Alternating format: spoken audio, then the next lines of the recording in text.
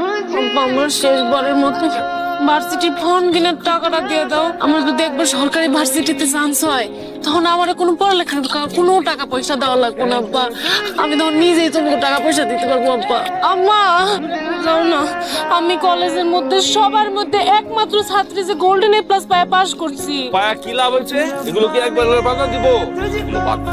আমার কথা শোন, তোর আব্বার কথা রাজি হয়ে যা। ওরা পড়াটা ভালো, শহরে থাকে, ভালো চাকরি করে, এলাকে বিয়ে হইলে তুই সুখী থাক। ভালো ফল সবসময় তো পাওয়া যায় না।